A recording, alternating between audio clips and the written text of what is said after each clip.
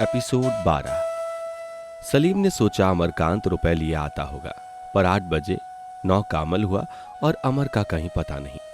आया क्यों नहीं, कहीं बीमार तो नहीं पड़ गया। ठीक है, रुपए का इंतजाम कर रहा होगा। बाप तो टका ना देंगे, सास से जाकर कहेगा तब मिलेंगे। आखिर 10 बज गए। अमरकांत के पास चलने को तैयार हुआ तो प्रोफेसर शांति कुमार आ पहुंचे। सलीम ने द्वार तक जाकर उनका स्वागत किया। डॉक्टर शांति कुमार ने कुर्सी पर लेटते हुए पंखा चलाने का इशारा करके कहा, तुमने कुछ सुना? अमर के घर लड़का हुआ है, वह आज कचहरी ना जा सकेगा। उसकी सास भी वही है। समझ में नहीं आता आज का इंतजाम कैसे होगा। उसके बगैर आज हम किसी तरह का डिमॉन्स्ट्रेशन न कर सकेंगे। रेणुका देवी आ जाती तो बहुत कुछ हो जाता, पर उन्हें भी फुर्सत नहीं है। सलीम ने काले खां की तरफ देखकर कहा, यह तो आपने बुरी खबर सुनाई। उसके घर में आज ही लड़का भी होना था।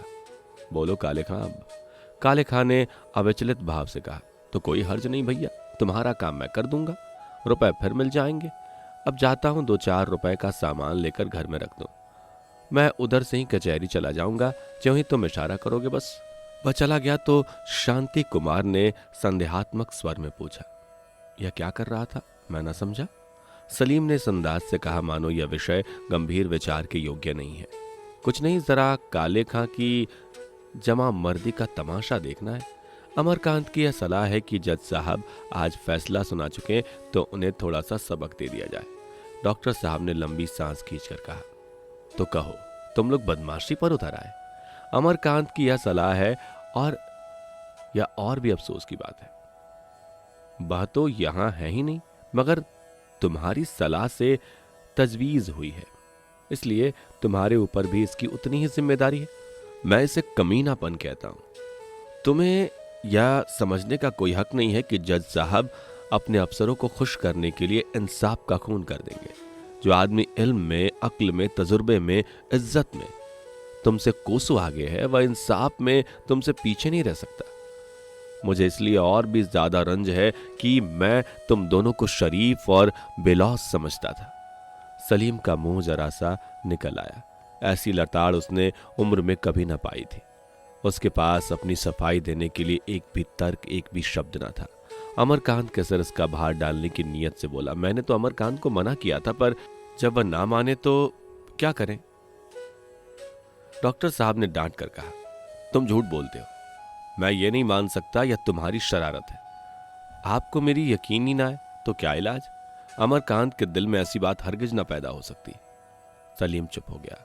डॉक्टर साहब कह सकते थे, मान ले अमरकांत ही ने यह प्रस्ताव किया, तो तुमने इसे क्यों मान लिया? इसका उसके पास कोई जवाब न था। एक क्षण के बाद डॉक्टर साहब घड़ी देखते हुए बोले, आज इस लौंडे पर ऐसी गुस्सा आ रही है कि गिनकर 50 अंटर जमाओ। इतने दिनों तक इस मुकदमे के पीछे सर पटकता फिरा, और आज जब फैसले का दिन आया तो लड़के का जन्मोत्सव मनाने बैठा रहा। न जाने हम लोगों में अपनी जिम्मेदारी का ख्याल कब पैदा होगा। पूछो, इस जन्मोत्सव में क्या रखा है? मर्द का काम है संग्राम में डटे रहना, खुशियां मनाना तो विलासियों का काम है।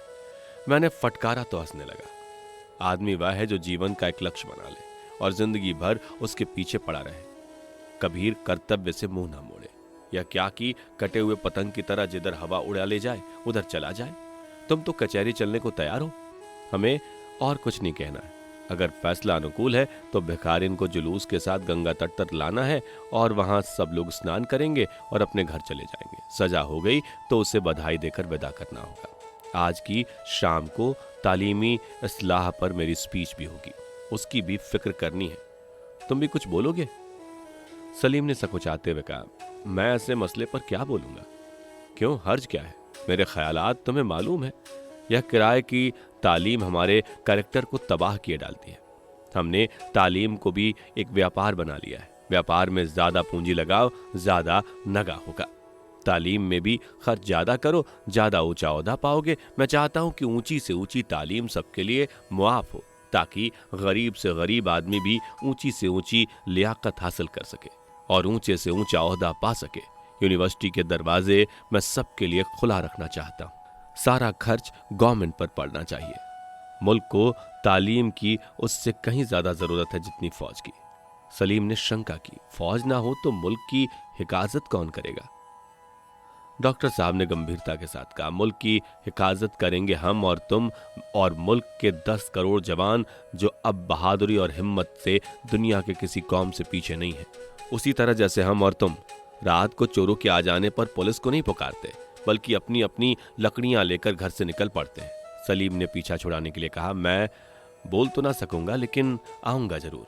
सलीम ने मोटर मंगवाई और दोनों आदमी कचहरी चले। आज वहां और दिन से कहीं ज्यादा भीड़ थी। थौपर जैसे बिन चूल्हे की बारात हो। कहीं कोई श्रृंखला न थी। 100 50 की टोली जगह जगह खड़ी या बैठी शून्य दृष्टि से ताक रही थी।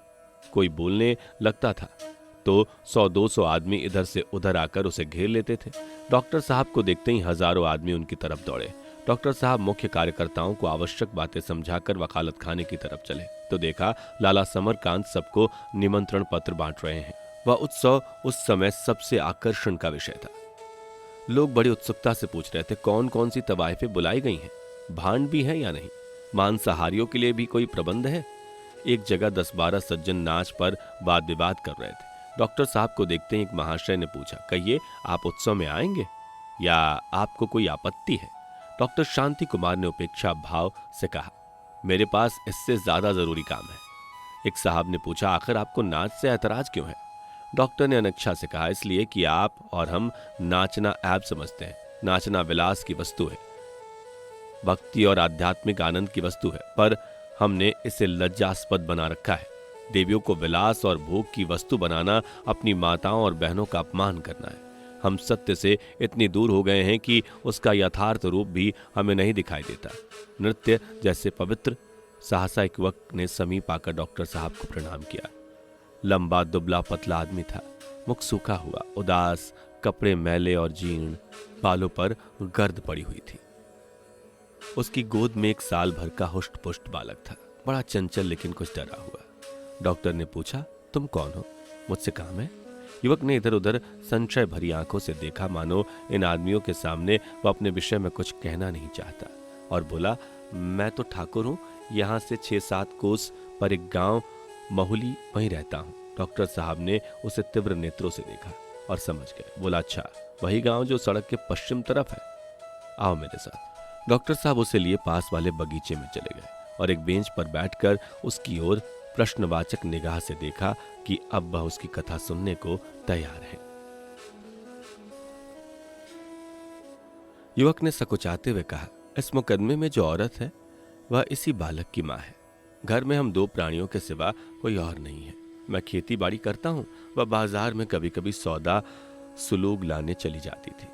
उस दिन गांव वालों के साथ अपने लिए एक साड़ी लेने गई थी। लौटती बार वह वारदात हो गई। गांव के सब आदमी छोड़कर भाग गए। उस दिन से वह घर नहीं गई। मैं कुछ नहीं जानता कहाँ घूमती रही, मैंने भी उसकी खोज न की। अच्छा ही हुआ कि वह उस समय नहीं गई, नहीं तो हम दोनों में से एक की या दोनों की जान जाती। इस बच्चे के लिए मुझे विशेष चिंता थी। बार बार माँ को खोजता, पर मैं इसे बहलाता रहा। इसी की नींद सोता और इसी की नींद जागता। पहले तो मालूम होता था बचेगा नहीं, लेकिन भगवान की दया थी, धीरे धीरे माँ को भूल गया। पहले मैं इसका बाप था, अब तो माँ बाप दोनों ही हूँ। बाप कम माँ ज्यादा। मैंने मन में समझा था वह कहीं डूब मरी होगी। गांव के लोग कभी कभी कहते उसी की तरह एक औरत छावनी की ओर है, पर कभी उन पर विश्वास न करता मैं। जिस दिन मुझे खबर मिली कि लाला समरकांत की दुकान पर एक औरत ने 2 गोरों को मार डाला है और उस पर मुकदमा चल रहा है, तब मैं समझ गया कि वही है। उस दिन से हर पेशी पर आता हूँ और सबके पीछे खड़ा रहता हूँ। किसी से कुछ कहने की हिम्मत नहीं होती। आज मैंने समझा जब उससे सदा के लिए नाता टूट रहा है, इसलिए बच्चे को लेता आया कि इसके देखने से उसे लालसा न रह जाए। आप लोगों ने तो बहुत खर्च वरच किया, पर भाग्य में जो लिखा था वह कैसे टलता। आपसे यही कहना है कि जज साहब फैसला सुना चुके तो एक क्षण के लिए उससे मेरी भेंट करा दीजिएगा। मैं आपसे सत्य कहता हूं बाबूजी, वह अगर बरी हो जाए तो मैं उसके चरण धोकर पीऊं और घर ले जाकर उसकी पूजा करूं। मेरे भाई बंद अब भी नाक भौं सिकोड़ेंगे, पर अब आप लोग जैसे बड़े बड़े आदमी मेरे पक्ष में हैं तो मुझे बिरादरी की परवाह नहीं। शांति कुमार ने पूछा, जिस दिन उसका बयान हुआ उस दिन तुम थे? युवक ने सजल नेत्र से कहा, हाँ बाबूजी था। सबके पीछे द्वार पर खड़ा रो रहा था। यही जी में आता था कि दौड़कर चरणों से लिपट जाऊं और कहूं, मुन्नी मैं तेरा सेवक हूं, तू अब तक मेरी स्त्री थी, आज से मेरी देवी है। मुन्नी ने मेरे पुरखों को तार दिया बाबूजी, और क्या कहूं। शांति कुमार ने फिर पूछा, मान लो आज बात छूट जाए तो तुम उसे घर ले जाओगे? युवक ने पुलकित कंठ से कहा, यह पूछने की बात नहीं है बाबूजी, मैं उसे आंखों पर बिठा कर ले जाऊंगा और जब तक जीऊंगा उसका दास बनकर अपना जन्म सफल करूंगा। एक क्षण के बाद उसने बड़ी उत्सुकता से पूछा, क्या छूटने की कुछ आशा है बाबूजी? औरों को तो नहीं है पर मुझे है। युवक डॉक्टर साहब के चरणों पर गिरकर रोने लगा। चारों ओर निराशा की बातें सुनने के बाद आज उसने आशा का शब्द सुना था और वह निधि पाकर उसके हृदय की समस्त भावनाएं मानो मंगल गान कर रही हैं। और हर्ष के अतिरेक में मनुष्य क्या आंसुओं को संयत रख सकता है? मोटर का हॉर्न सुनते ही दोनों ने कचहरी की तरफ देखा। जज साहब आ गए। जनता का व्यापार सफार चारों ओर से उमड़कर अदालत के कमरे के सामने जा पहुंचा। फिर भिखारिन लाई गई। जनता ने उसे देखकर जय घोष किया। किसी किसी ने पुष्प वर्षा भी की। वकील, बैरिस्टर, पुलिस कर्मचारी, अफसर सभी आकर यथास्थान बैठ गए। जज साहब ने एक उड़ती हुई निगाह से जनता को देखा। चारों तरफ सन्नाटा हो गया। असंख्य आंखें जज साहब की ओर ताकने लगी, मानो कह रही थी, आप ही हमारे भाग्य विधाता हैं। जज साहब ने संदूक से टाइप किया हुआ फैसला निकाला और एक बार खांस कर उसे पढ़ने लगे। जनता सिमटकर और समीप आ गई। अधिकांश लोग फैसले का एक शब्द भी समझते न थे, पर कान लगाए हुए थे। चावल और बताशों के साथ न जाने कब रुपए भी लूट में मिल जाएं। कोई 15 मिनट तक जज साहब फैसला पढ़ते रहे और जनता चिंता में, प्रतीक्षा में तन्मय होकर सुनती रही। अंत में जज साहब के मुंह से निकला, यही है कि मुन्नी ने हत्या की। कितनों के ही दिल बैठ गए, एक दूसरे की ओर पराधीन नेत्रों से देखने लगे। जज साहब ने वाक्य की पूर्ति की, लेकिन यह भी है कि उसने हत्या मानसिक अस्थिरता की दशा में की, इसलिए मैं उसे मुक्त करता हूं। वाक्य का अंतिम शब्द आनंद के उस तूफानी उमंग में डूब गया। आनंद महीनों चिंता के बंधनों में पड़े रहने के बाद आज जो छूटा तो छूटे हुए बछड़े की भांति कुलांचे मारने लगा। लोग मतवाले हो होकर एक दूसरे से गले मिलने लगे। घनिष्ठ मित्रों में धौल धप्पा होने लगा। कुछ लोगों ने अपनी अपनी टोपियां उछाली। जो मस्खरे थे उन्होंने जूते उछालने की सोची। सहसा मुन्नी डॉक्टर शांति कुमार के साथ गंभीर हास्य से अलकृत बाहर निकली, मानो कोई रानी अपने मंत्री के साथ आ रही है। जनता की वो सारी उड्डनता समाप्त हो गई। रानी के सम्मुख बेअदबी कौन कर सकता? प्रोग्राम पहले ही निश्चित था। पुष्प वर्षा के पश्चात मुन्नी के गले में जयमाला डालना था। यह गौरव जज साहब की धर्मपत्नी को प्राप्त हुआ, जो इस फैसले के बाद जनता की श्रद्धा पात्र हो चुकी थी। फिर बैंड बजने लगे। सेवा समिति के 200 युवक केसरिये बाने पहने जुलूस के साथ चलने के तैयार थे। राष्ट्रीय सभा के सेवक भी खाकी वर्दियों में झंडियां लिए जमा हो गए। महिलाओं की संख्या 1000 से कम न थी। निश्चित किया गया कि जुलूस गंगा तट तक जाए, वहां एक विराट सभा हो, मुन्नी को एक थैली भेंट की जाए और सभा भंग हो जाए। मुन्नी किस देर तक शांत भाव से यह समारोह देखती रही। फिर शांति कुमार से बोली, बाबूजी, आप लोगों ने मेरा जितना सम्मान किया मैं उसके योग्य नहीं। अब मेरी आपसे यही विनती है कि मुझे हरिद्वार या किसी दूसरे तीर्थ स्थान पर भेज दीजिए। मैं भिक्षा मांगकर यात्रियों की सेवा करके दिन काटूंगी। ये जुलूस और धूमधाम मुझ जैसी अभागिन के लिए शोभा नहीं देता। इन सभी भाई बहनों से कह दीजिए अपने अपने घर जाएं। मैं धूल में पड़ी हुई थी, आप लोगों ने मुझे आकाश पर चढ़ा दिया। अब उससे ऊपर जाने की मुझ में सामर्थ्य नहीं है। सिर में चक्कर आ जाएगा। मुझे यहीं से स्टेशन भेज दीजिए, आपके पैरों पड़ती हूँ। शांति कुमार इस आत्मदमन पर चकित होकर बोले, यह कैसे हो सकता है बहन? इतने स्त्री पुरुष जमा है, इतनी भक्ति और प्रेम का तो विचार कीजिए। आप जुलूस में ना जाएंगी तो इन्हें कितना निराशा होगी। मैं तो समझ सकता हूं कि ये लोग आपको छोड़कर कभी ना जाएंगे। आप लोग मेरा स्वांग बना रहे हैं। ऐसा ना कहो बहन, तुम्हारा सम्मान करके हम सम्मान पा रहे हैं और तुम्हें हरिद्वार जाने की जरूरत क्या है? तुम्हारा पति तुम्हें अपने साथ ले जाने के लिए आया हुआ है। मुन्नी आश्चर्य से डॉक्टर की ओर देखा। मेरा पति मुझे अपने साथ ले जाने के लिए आया हुआ है? आपने कैसे जाना? मुझसे थोड़ी देर पहले मिला। क्या कहता था? यही कि मैं उसे अपने साथ ले जाऊंगा, उसे अपने घर की देवी समझूंगा। उसके साथ कोई बालक भी था। हाँ, तुम्हारा छोटा बच्चा उसकी गोद में था। बालक बहुत दुबला हो गया होगा। नहीं, मुझे वह हष्टपुष्ट दिखता था, प्रसन्न भी था। हाँ, खूब हंस रहा था। अम्मा अम्मा तो ना करता होगा, मेरे सामने तो नहीं रोया। अब तो चाहे चलने लगा हो, गोद में था पर ऐसा मालूम होता था कि चलता होगा। अच्छा, उसके बाप की क्या हालत थी? बहुत दुबले हुए हैं क्या? मैंने उन्हें पहले कब देखा? हाँ, दुखी जरूर थे। यही कहीं होंगे, कहो तो तलाश करो, शायद खुद आते हो। मुन्नी ने एक क्षण के बाद सजल नेत्र से कहा, उन दोनों को मेरे पास आने न दीजिएगा बाबूजी, मैं आपके पैरे पड़ती हूँ। इन आदमियों से कह दीजिए अपने अपने घर जाए, मुझे आप स्टेशन पहुंचा दीजिए, मैं आज ही यहाँ से चली जाऊंगी। पति और पुत्र के मोह में पड़कर उनका सर्वनाश न करूंगी। मेरा यह सम्मान देखकर पतिदेव मुझे ले जाने पर तैयार हो गए होंगे, पर उनके मन में क्या है यह मैं जानती हूँ। वह मेरे साथ रहकर संतुष्ट नहीं रह सकते। अब मैं इसी योग्य हूँ कि किसी ऐसी जगह चली जाऊं जहां मुझे कोई जानता ना हो। वह मजूरी करके या भिक्षा मांगकर अपना पेट वहीं पाल लूंगी। वह एक क्षण चुप रही, शायद देखती रही कि डॉक्टर साहब क्या जवाब देते हैं। जब डॉक्टर साहब कुछ ना बोले तो उसने ऊंचे कांपते स्वर में लोगों से कहा, भाइयों बहनों, आपने मेरा जो सत्कार किया उसके लिए आपकी कहां तक बड़ाई करूं। आपने एक अभागिन को तार दिया। अब मुझे जाने दीजिए, मेरा जुलूस निकालने के लिए हट ना कीजिए। मैं ऐसी योग्य हूं कि अपना काला मुंह छिपाए किसी कोने में पड़ी रहूं। इस योग्य नहीं कि मेरी दुर्गति का महात्म्य किया जाए। जनता ने बहुत शोरगुल मचाया, लीडरों ने समझाया, देवियों ने आग्रह किया, पर मुन्नी जुलूस पर राजी ना हुई और बराबर यही कहती रही कि मुझे स्टेशन पहुंचा दो।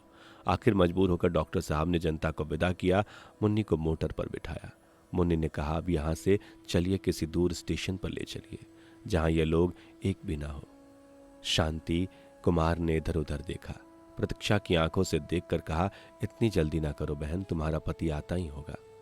जब यह लोग चले जाएंगे तब वह जरूर आएगा। मुन्नी ने अशांत भाव से कहा, मैं उनसे नहीं मिलना चाहती बाबूजी, कभी नहीं। उनके मेरे सामने आते ही मारे लज्जा के प्राण निकल जाएंगे मेरे। मैं कह सकती हूं मैं मर जाऊंगी। आप मुझे जल्दी से ले चलिए। अपने बालक को देखकर मेरे हृदय में मोह की ऐसी आंधी उठेगी कि मेरा सारा विवेक और विचार मुझे तृण के समान उड़ा ले जाएगा। उस मोह को मैं भूल न जाऊंगी कि मेरा कलंक उनके जीवन का सर्वनाश कर देगा। मेरा मन न जाने कैसा हो रहा है। आप मुझे जल्दी यहां से ले चलिए। मैं उस बालक को देखना नहीं चाहती, मेरा देखना उसका विनाश है। शांति कुमार ने मोटर चला दी। 10-20 गज गए होंगे कि पीछे मुन्नी का पति बालक गोद में लेकर दौड़ता हुआ और मोटर रोको पुकारता चला। मुन्नी की उस पर नजर पड़ी। उसने मोटर की खिड़की से सर निकालकर हाथ से मना करते हुए चिल्लाकर कहा, नहीं नहीं, तुम जाओ, मेरे पीछे मत आओ, ईश्वर के लिए मत आओ। फिर उसने दोनों बाहें फैला दी, मानो बालक को गोदों में ले रही हो, और मूर्छित होकर गिर पड़ी। मोटर तेजी से चली जा रही थी। युवक ठाकुर बालक को हाथों में लेकर रोता रहा। कई हजार स्त्री पुरुष मोटर की तरफ ताक रहे थे।